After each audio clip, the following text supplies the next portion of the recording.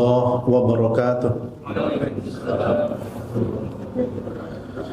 Innal hamdalillah nahmaduhu wa nasta'inuhu wa nastaghfiruh wa na'udzu billahi min shururi anfusina wa min sayyiati a'malina.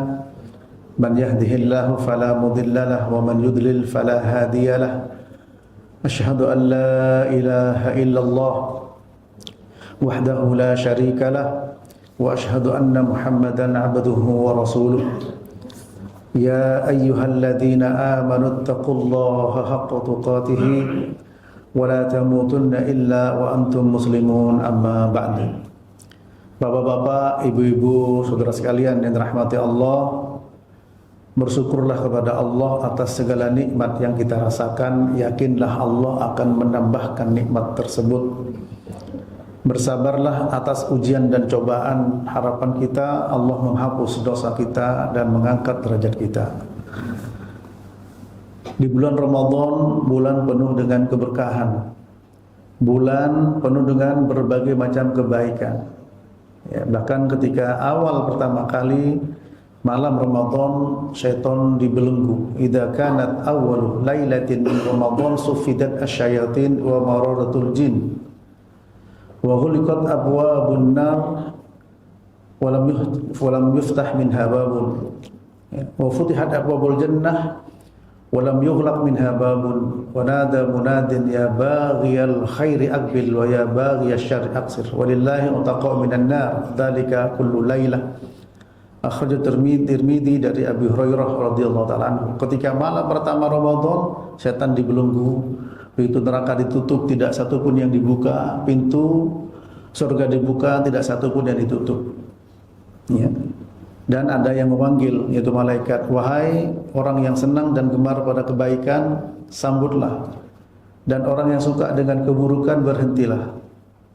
Dan Allah membebaskan setiap malamnya dari api neraka.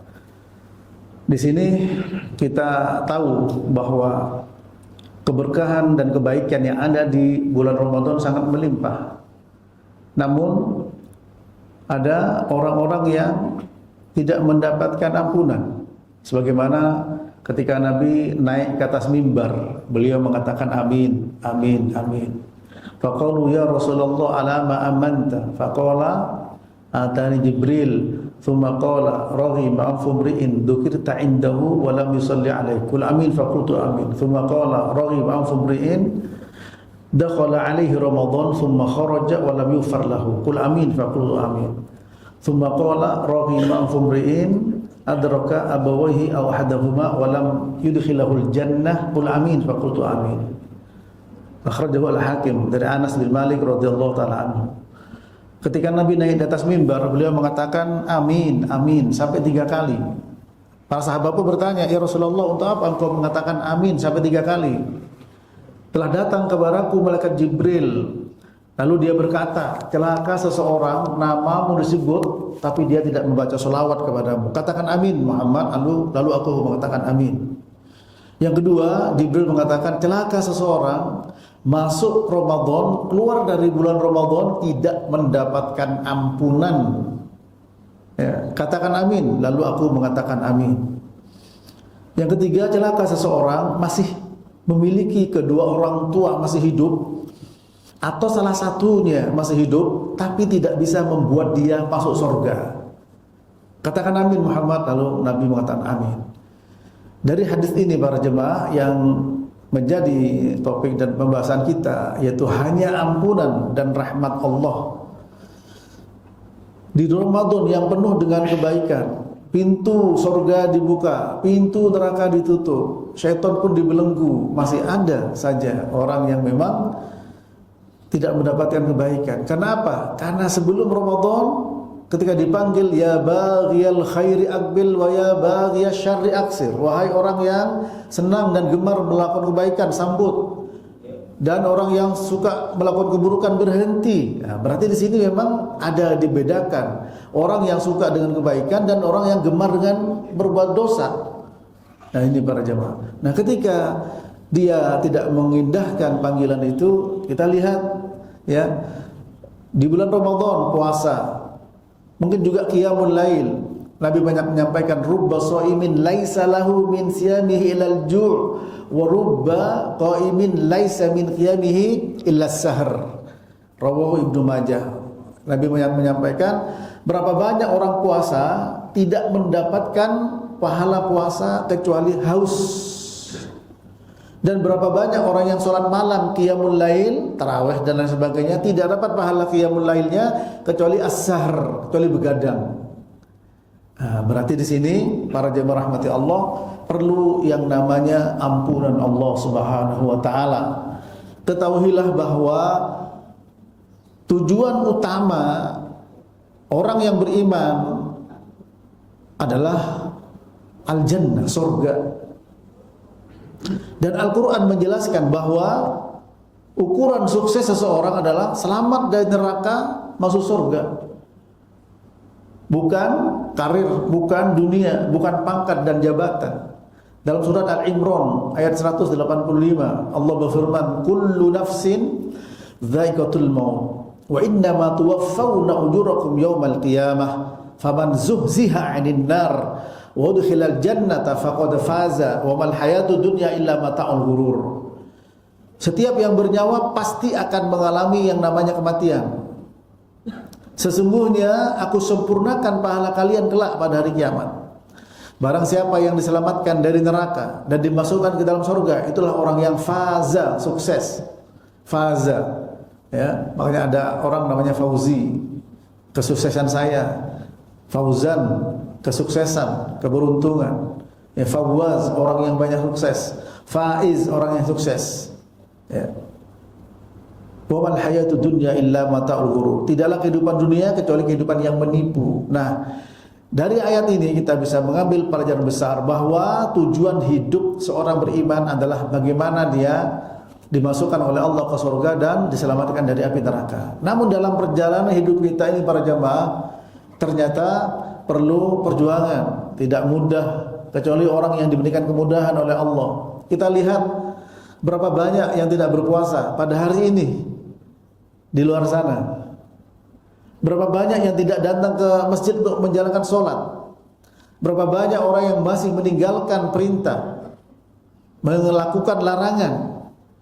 Maka kita perlu bersyukur kepada Allah, diberikan kemudahan untuk berpuasa, diberikan kemudahan untuk menjalankan sholat berjamaah, bahkan diberikan kemudahan untuk duduk sejenak beberapa menit ke depan, ya, untuk menambah dekat kepada Allah Ta'ala dengan harapan mendapatkan ampunan dan rahmatnya.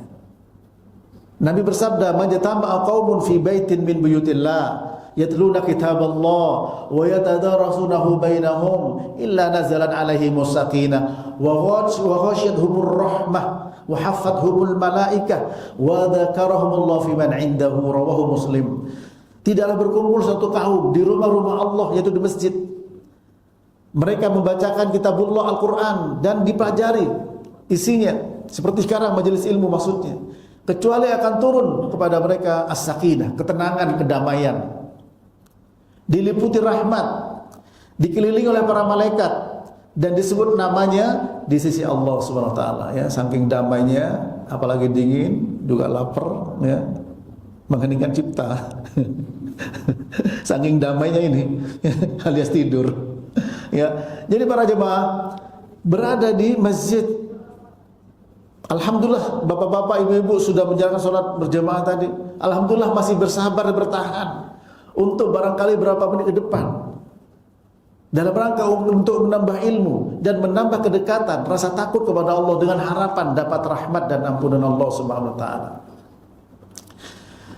Ternyata dalam perjalanan kita untuk menjadi orang yang baik, hamba Allah yang baik, tidaklah mudah, perlu perjuangan. Perlu perjuangan para jemaah. Menggoda kita saat sekarang seharusnya siang makan siang, dan masih banyak yang makan siang memang. Masih banyak warung-warung buka makan siang sekarang, banyak para jemaah orang ya makan terang-terangan, sudah tidak malu. Ya, tidak malu. Benar sesuai dengan sabda Nabi, inna min kalamin nubuwatil ula, ya, inna mimma adrakan nas min kalamin nubuwatil ula idza lam tastahi fasna ma syi'ta. Di antara perkataan kenabian yang pertama kali dikenal manusia, kalau tidak punya malu silakan berbuat semaumu. Nah sekarang memang sudah zamannya barangkali ya, sampai orang makan babi baca bismillah diviralkan. Ya. Itu. Orang telanjang diviralkan, tidak malu. Tidak puasa, tidak malu. Semua dianggap privasi. Dianggap pribadi. Ini urusan pribadi saya. Ya. Sementara Nabi, dua sahabat Nabi tidak pernah berpisah ketika bertemu kecuali baca wal asri innal insana lafi khusr illa alladziina amanu wa 'amilus shalihat wa tawassaw bil haqq wa tawassaw bis sabr. Saling berwasiat tentang kebenaran, saling berwasiat tentang kesabaran. Nah, di antaranya sekarang kita jalankan saling berwasiat tentang kebenaran, saling berwasiat tentang kesabaran. Sebab kalau tidak ada itu para jemaah, seakan-akan semuanya sendiri-sendiri. Sementara tanggung jawab kita untuk mengingkari yang namanya kemungkaran, meskipun masih sebatas kita himbauan moral, ya. Ini para jemaah. Nah, oleh karena itu, mari kita sejenak untuk mendekatkan diri kepada Allah, mengharapkan ampunan dan rahmatnya. Karena apa? Karena manusia para jemaah tempatnya dosa. Kullu bani Adam khata' wa khairul khata'in at-tawwabun. Nabi bersabda setiap manusia pasti berdosa, siapapun dia. Dan yang paling baik yang mau bertobat. Ya. Dosa disebut dengan kedzaliman sebagaimana Allah berfirman, ya. Alladzina idza fa'alu fahishatan aw dhalamu anfusahum dzakarullah fastaghfaru lidzunubihim wa may yaghfiru dzunuba illa Allah wa lam yusirru ala ma fa'alu wa hum ya'lamun. Dan orang-orang ketika mereka melakukan kekejian atau berbuat zalim pada dirinya, langsung ingat Allah. Ingat Allah dan mohon ampun kepada Allah, dan tidak ada yang bisa memberikan ampunan kecuali Allah, dan dia tidak terus-menerus dalam perbuatan dosa itu. Zalim ada tiga macam, saudara. Pertama, zalim kepada Allah. Kedua, zalim kepada dirinya. Yang ketiga, zalim kepada orang lain. Adapun zalim kepada Allah bentuknya kesyirikan. Maka orang yang meninggal dalam keadaan menyekutukan Allah tidak akan pernah diampuni sebelum dia bertobat. Ya. Allah berfirman, "Innallaha la yaghfiru ayyushraka bihi wa yaghfiru ma duna dzalika liman yasha." Sesungguhnya Allah tidak akan mengampuni, ya, dosa orang-orang yang meninggal dalam keadaan menyekutukan Allah. Apa menyekutukan Allah? Minta kepada selain Allah. Selain minta kepada Allah, minta kepada kuburan. Minta-minta kepada yang jaga gunung, minta-minta kepada yang jaga lembah, minta-minta yang kepada jin. Ini para jamaah, ya, itu adalah kesyirikan. Kalau meninggal dalam keadaan seperti itu tidak akan diampuni. La in asyrakta la yahbatanna 'amaluka wa la takunanna minal khasirin. Ya, jika engkau menyekutukan Allah, maka gugur semua amal ibadahmu dan engkau termasuk orang yang merugi. Ya, syirik besar. Dan juga syirik kecil. Kalau kita tidak minta ampun, maka amal-amal kita bisa hilang. Para jemaah rahmati Allah. Oleh karena itu kita perlu mohon ampunan Allah Rabbul Alamin. Yang kedua, kedzaliman kepada dirinya. Ya, seperti tadi dalam surat Al-Baqarah, bahwa mereka ketika berbuat zalim ingat Allah dan mohon ampun kepada Allah. Yang ketiga, zalim kepada orang lain. Adapun zalim kepada Allah syirik tidak akan diampuni kalau dia meninggal dalam keadaan syirik. Ya. Minta-minta kepada selain Allah, minta-minta kepada batu besar, kepada pohon besar, minta perlindungan. Ya. Sampai di Quran disebutkan annahu kana rijalun minal insi ya'uduna birijalin minal jinni fazaduhum rahaqa. Ada sebagian manusia yang minta perlindungan kepada sebagian jin dan itu menambah sesat kepada manusia. Maka kita perlu mohon ampun dari semua perbuatan syirik, baik besar maupun yang kecil, para jemaah. Dan Nabi mengatakan kepada Abu Bakar As-Siddiq, beliau bersabda, "Ya Aba Bakrin, la syirku fikum akhfa min dabibin namal." Walladzi nafsu Muhammadin biyadihi la syirku fikum akhfa min dabibin namal.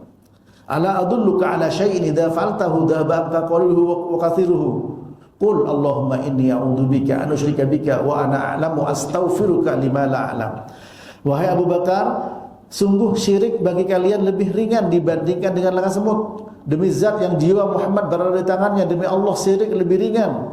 Langkah lebih ringan dibandingkan dengan langkah semut. Maukah aku tunjukkan kepadamu? Ya. Kalau kamu mau melakukannya, akan sirna. Syirik itu besar dan kecil, banyak dan sedikitnya. Baca Allahumma inni a'udzubika an usyrika bika a'lam wa astaghfiruka lima la a'lam. Ya Allah, aku berlindung kepadamu dari menyekutukanmu dengan sesuatu yang aku tahu, dan aku mohon ampun kepadamu dari menyekutukanmu dengan sesuatu yang aku tidak tahu. Ini para jemaah. Luqman mengatakan, ya bunayya la tusyrik billah inna syirka la dzulmun adzim. Wahai anakku, jangan engkau menyekutukan Allah, karena itu merupakan dosa yang sangat besar, kedzaliman yang sangat besar. Yang kedua, dolim pada dirinya. Yang ketiga, dolim pada orang lain. Nah, ini yang ketiga ini ya tidak akan diampuni kecuali harus saling minta maaf. Nabi pernah bertanya, Nabi bersabda, "Man kanat madlamatun li akhihi falyatahallalhu minha."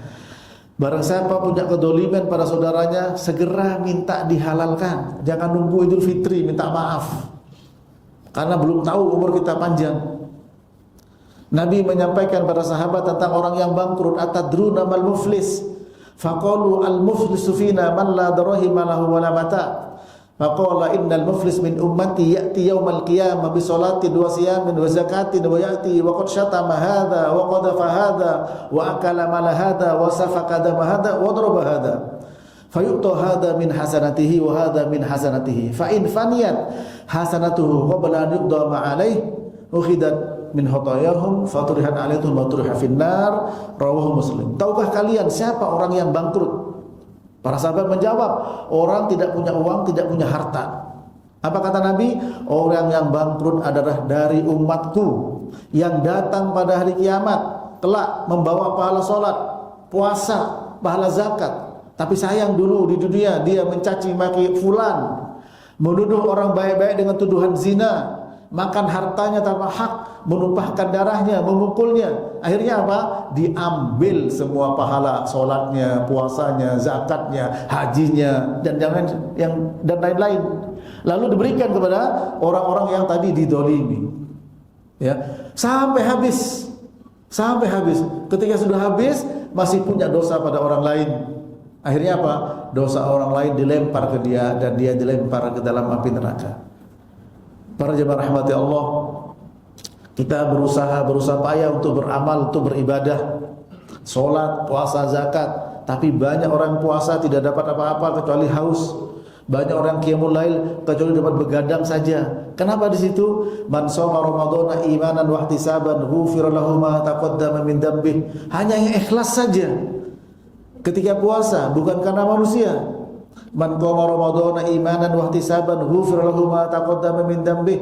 Barang siapa yang qiyamul lail di Ramadan dengan iman dan mengharap pahala Allah, yaitu ikhlas, itulah yang dapatkan ampunan. Nah, kita di dalam beramal banyak karena manusia, karena ingin dipuji dan lain sebagainya, karena ingin dapat apa dan lain sebagainya. Maka kalau tujuannya itu, kita tidak akan mendapatkan ampunan Allah Subhanahu wa taala. Bahkan Nabi bersabda, inna akhwafa ma akhafa alaikum asyirkul asghar. Faqalu ya Rasulullah wa masyirkul asghar? Faqala ar-riya.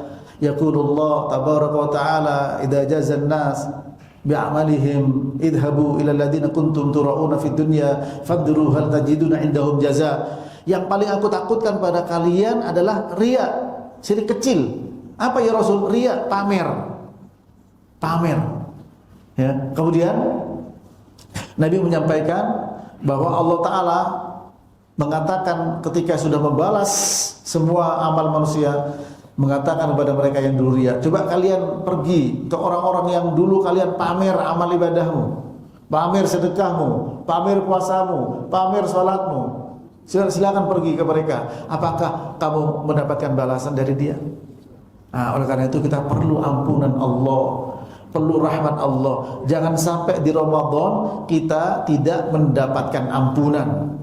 Jangan sampai kita di Ramadan tidak mendapatkan rahmat. Puasa iya, qiyamul lail iya, tapi tidak dapat apa-apa. Rubba shaimin laisa lahu min siyamihi illal ju' wa rubba qaimin laisa min qiyamihi illa sahar. Berapa banyak orang puasa tidak dapat pahala kecuali lapar dan haus. Berapa banyak orang qiyamul lail tidak dapat pahala kecuali apa? As-sahar, begadang malamnya. Ini para jemaah. Ya. Maka kita segera minta ampunan kepada Allah Subhanahu wa taala. Karena hati bergejolak, ya, kadang ke kanan, kadang ke kiri, kadang ikhlas, kadang tidak ikhlas. Dan setan banyak gangguannya kepada kita, bahwa kamu hebat salatnya, kamu hebat puasanya, kamu hebat sedekahnya, kamu hebat segalanya. Diganggu oleh syaitan para jemaah. Oleh karena itu tidak ada jalan lain kecuali mohon ampunan kepada Allah. Dan orang yang celaka, kata malaikat Jibril tadi kepada Nabi, adalah orang yang masuk Ramadan tidak dapat ampunan setelah keluar dari Ramadan. Nah, oleh karena itu mari kita jangan merasa sudah baik. Fala tuzakku anfusakum huwa a'lamu biman ittaqa. Jangan kamu merasa sok suci, sok bersih. Allah yang lebih tahu siapa yang bertakwa. Bahkan Aisyah bertanya kepada Nabi, beliau mengatakan, sa'altu Rasulullah SAW an qoulihi ta'ala walladzina yu'tuna ma ataw wa qulubuhum wajilat a'innahum alladzina yusallun, ya, wa yasumun wa yatasaddaqun alladzina yashrabuna khamra wa yasriqun. Qala la ya bint Siddiq walakinnahum alladzina yasumun wa yusallun wa yatasaddaqun wa hum yakhafun an la tuqbala minhum ulaika yusari'una fi khairat wa hum laha sabiqun. Akhrajahu An-Nasa'i. Nabi Aisyah mengatakan, aku bertanya kepada Rasulullah tentang firman Allah, walladzina yu'tuna ma ataw wa qulubuhum wajilat. Orang-orang yang nanti amal perbuatannya itu ditampakkan di hari kiamat oleh Allah, hati mereka takut. Nih loh, kamu begini dulu, kamu begini, kamu begini. Nih dulu kamu begini, hatinya takut. Aisyah bertanya, ya Rasulullah, apakah yang dimaksud adalah orang-orang yang mencuri, orang-orang yang minum minuman keras? Apa kata Nabi? Bukan. Akan tapi yang dimaksud adalah orang yang sholat, orang yang berpuasa, orang yang bersedekah, tapi mereka takut. Takut apa? Allah tuqbala minhum. Takut tidak diterima puasanya, takut tidak diterima sholatnya, takut tidak diterima sedekahnya. Ya. Padahal apa? Ulaika yusari'una fil khairat. Padahal mereka orang-orang yang bersegera kepada kebaikan. Adzan langsung ke masjid, puasa dia sahur berbuka. Ya. Wa hum laha sabiqun, dan mereka berlomba-lomba. Artinya para jemaah, kita jangan terlalu percaya diri. Ya, tetap harus ada rasa takut kepada Allah Ta'ala akan adabnya, tidak diterima amalnya, dan tetap kita berharap semoga Allah memberikan ampunan kepada kita. Siapa yang orang yang mengharapkan ampunan dan rahmat Allah? Surat Al-Baqarah 208, Allah berfirman, innal ladzina amanu wal ladzina hajaru wajahadu fi sabilillah bi amwalikum wa anfusikum ulaika yarjuna rahmatallah. Sesungguhnya orang-orang beriman, orang-orang yang hijrah dan orang berjihad dengan harta dan diri mereka, merekalah itu orang yang mengharapkan rahmat Allah. Para jemaah, ya. Beriman seperti imannya siapa? Iman yang dipahami para sahabat. Seperti Allah berfirman dalam surah Al-Baqarah 137, fa in amanu bimithli ma amantum bihi faqad ihtadaw wa in tawallaw fa innama hum fi shiqaq. Apabila mereka beriman seperti sebagaimana yang kalian imani wahai para sahabat, ya, kalian ini sendiri adalah para sahabat, maka mereka dijamin dapat hidayah. Apa maksudnya hijrah? Nabi bersabda, al-muhajir man hajara amma nahallahu anhu. Orang yang hijrah adalah orang yang meninggalkan semua yang dilarang. Siapa mujahid? Al-mujahid man jahada nafsahu fi taatillah, kata Nabi. Hadis sahih semua tadi yang saya sampaikan. Barang siapa memerangi dirinya, ya, mujahid adalah orang berusaha untuk memerangi dirinya untuk taat pada Allah. Maka dalam surah Al-Baqarah 208 ini 3 syarat untuk mendapatkan rahmat Allah: beriman, berhijrah, berjihad. Apa iman? Sebagaimana dipahami sahabat, Al-Baqarah 137 tadi. Apa hijrah? Meninggalkan semua dilarang. Apa jihad? Berusaha untuk melakukan ketaatan, baru mengharapkan rahmat Allah. Jangan mengatakan begini, loh mas, kenapa anda kok tidak puasa? Apa jawabannya? Oh, anda belum tahu Allah Maha Pengampun. Iya, puasa dulu, baru minta ampunan. Kenapa gak sholat? Mas, rahmat Allah luas. Iya, sholat dulu, baru minta rahmat Allah. Buka Al-Baqarah 218, tolong diingat-ingat nanti. Yang buka ada digital bisa langsung dibuka. Ya, bahwa orang yang menghendaki rahmat Allah dengan 3 iman, hijrah dan jihad. Dan sudah definisi, sudah disampaikan oleh Nabi. Orang hijrah, al-muhajir man hajara amma nahallahu anhu. Orang yang hijrah meninggalkan semua yang dilarang. Orang yang berjihad apa? Al-mujahid man jahada nafsahu fi ta'atillah. Mujahid adalah orang yang memerangi dirinya.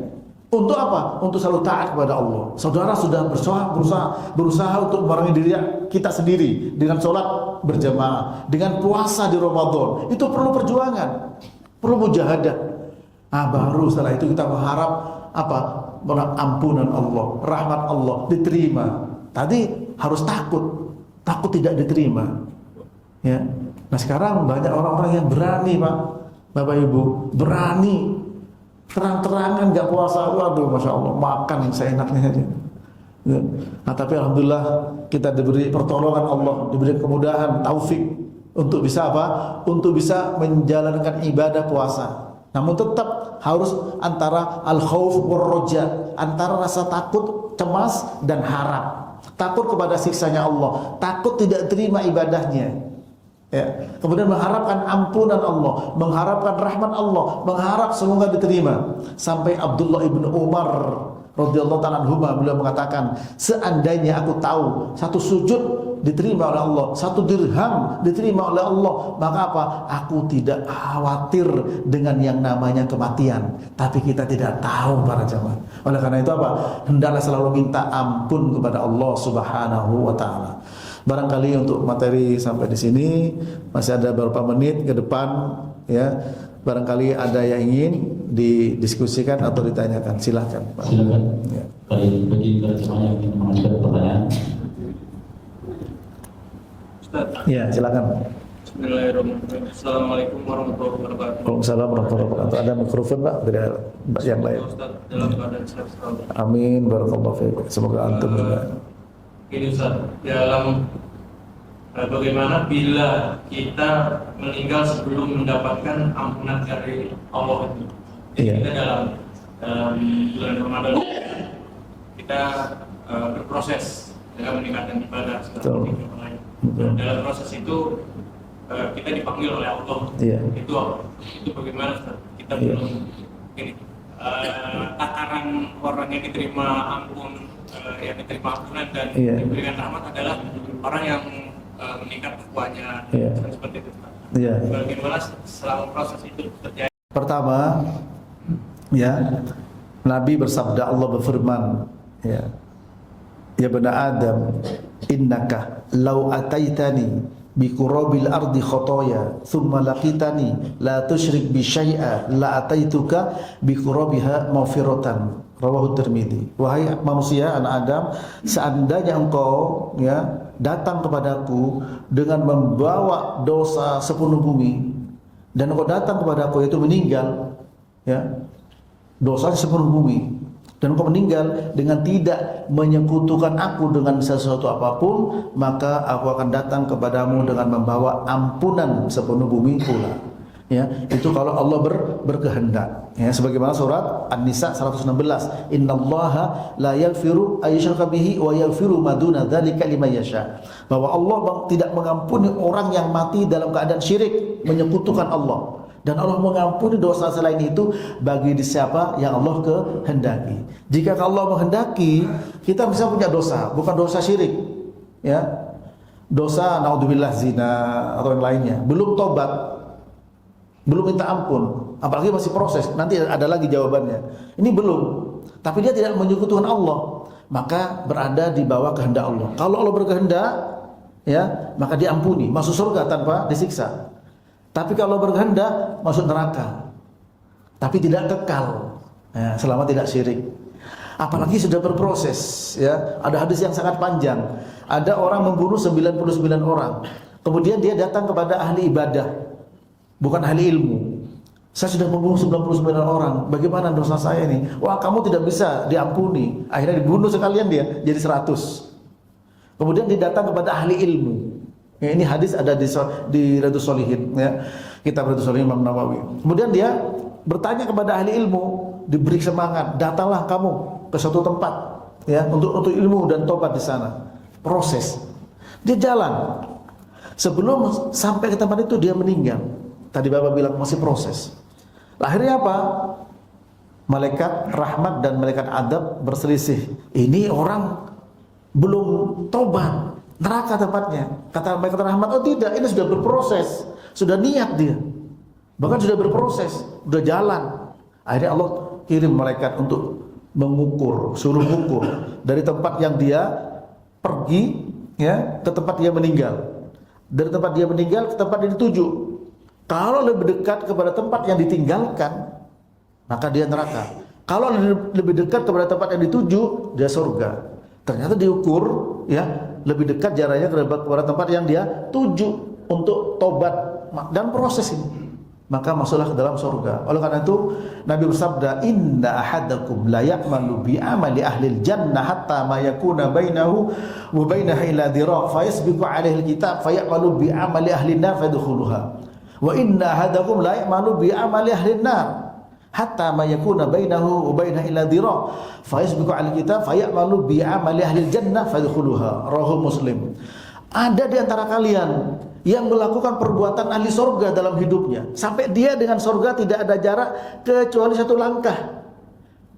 Ya, kemudian takdir mendahului dia, di akhir hidupnya dia melakukan perbuatan ahli neraka, masuklah dia ke dalam neraka.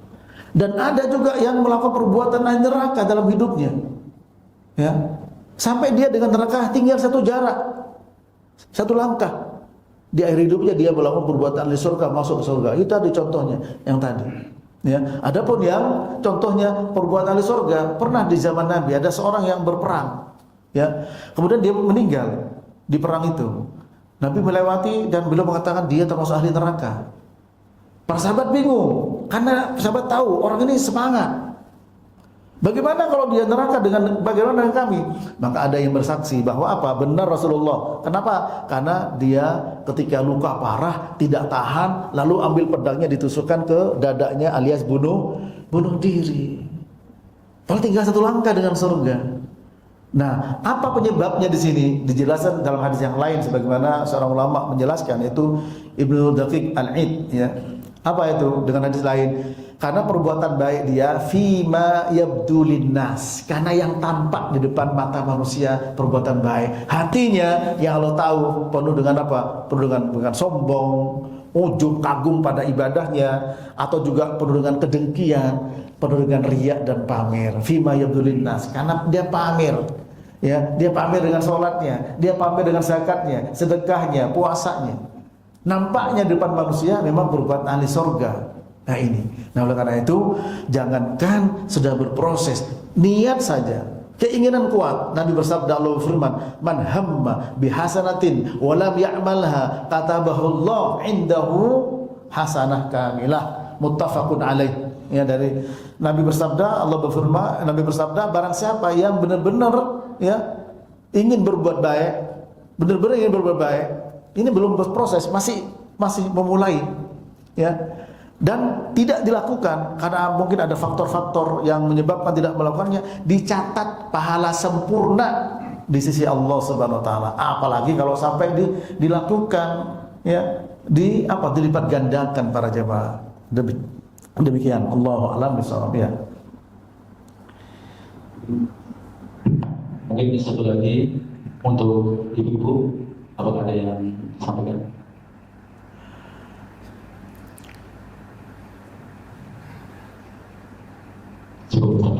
Ya, baik. Mudah-mudahan bermanfaat. Ya, sudah jam 1 lebih. Semoga tadi pertanyaannya bagus, ya. Dan itu sangat penting, makanya saya seperti orasi menjawabnya. Ya.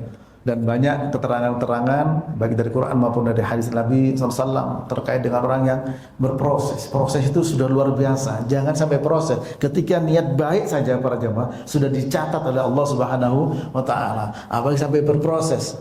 Nah, yang perlu kita minta adalah istiqomah di atas proses. Kita semua berada dalam proses. Ya, jangan sampai kita merasa sudah final. Kita semua dalam proses. Dan proses ini perlu yang namanya istiqomah. Nah, minta kepada Allah, insya Allah semua hafal doanya. Ya muqallibal qulub. Lanjut Pak. Ya muqallibal qulub, tsabbit qalbi ala dinik. Ya muqallibal qulub, wahai zat yang membolak-balik hati, tetapkan aku di atas agamamu. Itu minta terus. Dan kita jangan merasa sudah baik. Kita jangan merasa sudah bertakwa. Justru orang yang merasa sudah bertakwa, dia belum bertakwa. Orang yang merasa sudah baik, dia belum baik. Agama yang Al-Quran yang mengatakan fala tuzakku anfusakum huwa a'lamu biman ittaqa. Kalian jangan sok suci, sok bersih. Allah yang lebih tahu siapa yang bertakwa. Kalau sudah bertakwa, sholat, puasa, zakat semua merasa tidak baik, apalagi yang belum, kan gitu. Jangan sampai kita ditipu oleh setan. Ya, yang baik merasa baik, yang tidak baik merasa pede. Ya, ini jangan sampai. Yang baik jangan pede, yang tidak baik harus lebih takut kepada Allah Subhanahu wa Ta'ala. Dan kita harus merasa tidak baik dan kurang baik. Sehingga apa? Proses tadi Pak, selalu proses untuk perbaikan dan perbaikan. Mudah-mudahan bermanfaat. Kurang lebihnya mohon maaf. Yang benar datangnya dari Allah Subhanahu wa Ta'ala, yang salah dari saya dan dari syaitan. Wassallallahu ala nabiyina Muhammadin wa ala alihi wa sahbihi wasallam. Subhanakallahumma wa bihamdik asyhadu an la ilaha illa anta astaghfiruka wa atubu ilaik. Wassalamualaikum warahmatullahi wabarakatuh.